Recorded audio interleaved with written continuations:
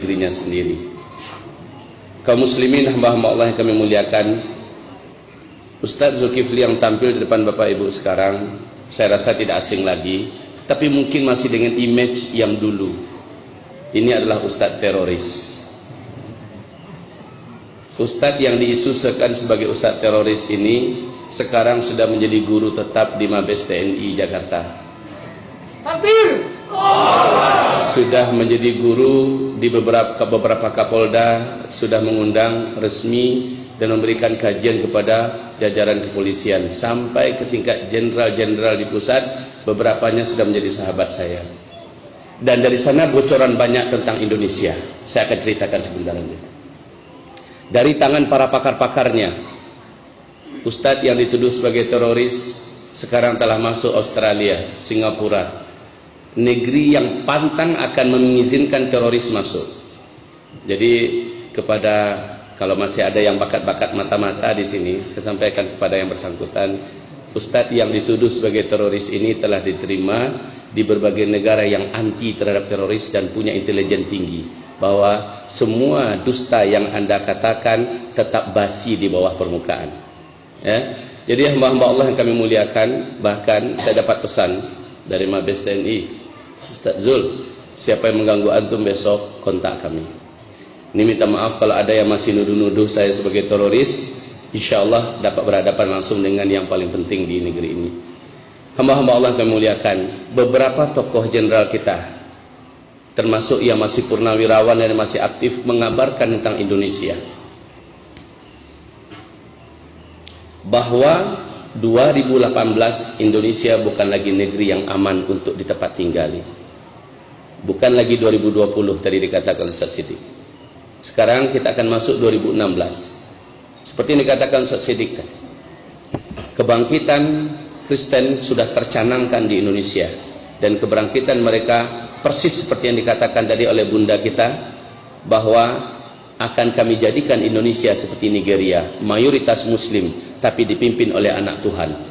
Dan Ahok telah menampakkan giginya dengan sangat berani dan garang di daerah yang paling kuat Islamnya dan juga paling kuat maksiatnya, DKI, pusat ibu kota pemerintahan Indonesia, dipimpin oleh seorang Kristen. Kayaknya seluruh laki-laki yang ada di Indonesia ini harus disunat ulang. Kemudian kaum muslimin, program akan menjadikan Indonesia dipimpin oleh seorang Kristen ini benar-benar akan menjadi sebuah kenyataan, karena mereka terorganisir dalam skala dunia. Di segi kristenisasinya, seorang pakar misionaris yang memang seorang mantan misionaris akan menyampaikan hal ini secara lugas, vulgar dan tajam pada malam hari ini. Yang kedua, Syiah. Apabila sudah bocor agenda mereka 2020, agenda ini mereka percepat menjadi 2018. Sehingga akhir daripada 2013, saat pertemuan para alim ulama Ahlus Sunnah wal Jamaah di Jakarta, tokoh-tokoh besar kita dengan beberapa badan intelijen kita dari BIN di Jakarta Pusat, pada akhirnya disimpulkan bahwa sesungguhnya Indonesia akan seperti Suriah dalam 3 atau 4 tahun yang akan datang. Ini akhir 2013 mereka umumkan. Sekarang sudah berlalu 2014, 2015, 2016, maka start 2017 atau 2018 Indonesia akan seperti Suriah atau setidak-tidaknya seperti Yaman. Wal'iyadu billah. Kemudian yang ketiga, komunis. Inilah gerakan-gerakan internasional yang sudah terasah dalam revolusi, yang sudah terlatih dalam menumpahkan darah umat Islam di muka bumi. Komunis, kebangkitan mereka di Indonesia sangat masif. Hampir-hampir saja Jokowi, kalau tidak dengan tekanan yang sangat dahsyat dari para tokoh-tokoh kita, daripada umat, Jokowi hampir-hampir saja minta maaf secara resmi kepada komunis di Indonesia. Hampir-hampir saja sejarah komunis yang pernah dihidupkan dalam kurun waktu puluhan tahun di Indonesia dikubur hidup-hidup oleh Jokowi. Karena memang kaum muslimin yang kami muliakan, tidak ada yang dapat menyangkal siapa yang ada di belakang daripada Jokowi. Ini tentang komunis.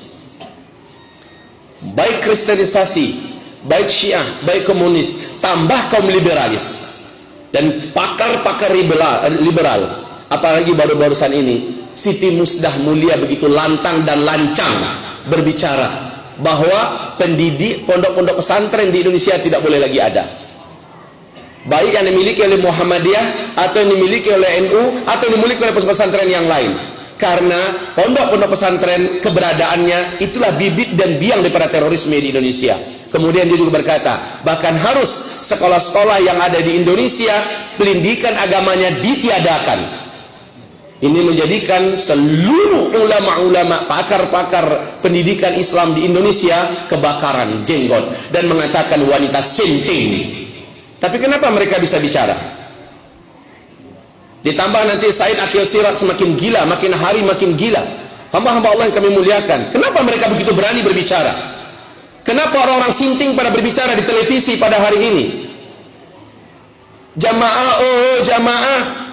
Ini pun dapat teguran keras oleh Majelis Ulama Indonesia, dan seluruh Ahlussunnah wal Jamaah minta agar beliau minta maaf secara vulgar secara terbuka di depan media, termasuk di tempat televisi. Saya dengar kabar dalam waktu terdekat jamaah oh jamaah ini akan minta maaf yang mengatakan bahwa urusan kepemimpinan tidak ada dalam urusan agama. Sudah ya? Masya Allah. Kaum muslimin, ini menandakan apa? Orang-orang sakit jiwa sedang memimpin Indonesia pada hari ini. Oleh karena itu, tim penyelamat Indonesia dari kalangan orang-orang yang masih cinta dengan Indonesia, baik dari kalangan TNI, dari kalangan Polri, tidak sedikit yang sekarang ini mulai bersatu, Ustaz. Jadi kabar gembira untuk kita. Jangan pikir pucuk-pucuk pimpinan itu tidak berpikir tentang keselamatan Indonesia. Mereka berpikir keras bagaimana akan menyelamatkan Indonesia ini. Bukan hanya para alim ulama yang bergerak bersatu sekarang, tetapi juga dari kalangan TNI dan Polri sudah mulai merapatkan barisan antar satu dengan yang lain. Maka rasanya Payakumbuh dan Sumatera Barat jangan ketinggalan kereta lah. Jangan hanya gara-gara satu PKS, satu Ikhwanul Muslimin, satu Persis, satu Muhammadiyah, satu ANI, lalu tidak mau merapat saf antara satu dengan lain. Itu sudah tidak laku lagi. Saya di Australia, Pak, Masya Allah, Masya Allah kaum muslimin. Saya lihat saudara-saudara kaum muslimin kita pedulinya luar biasa dengan Indonesia ini.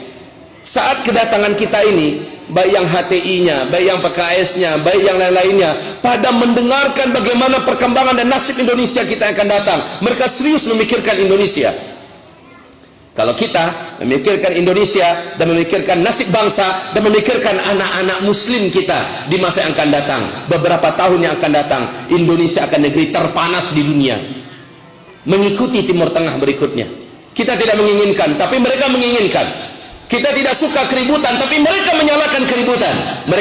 Kita tidak suka perang, tapi mereka menginginkan perang. Dan umat Islam paling anti diajak perang. Tapi kalau sudah diajak perang, pantang untuk mundur. Mereka akan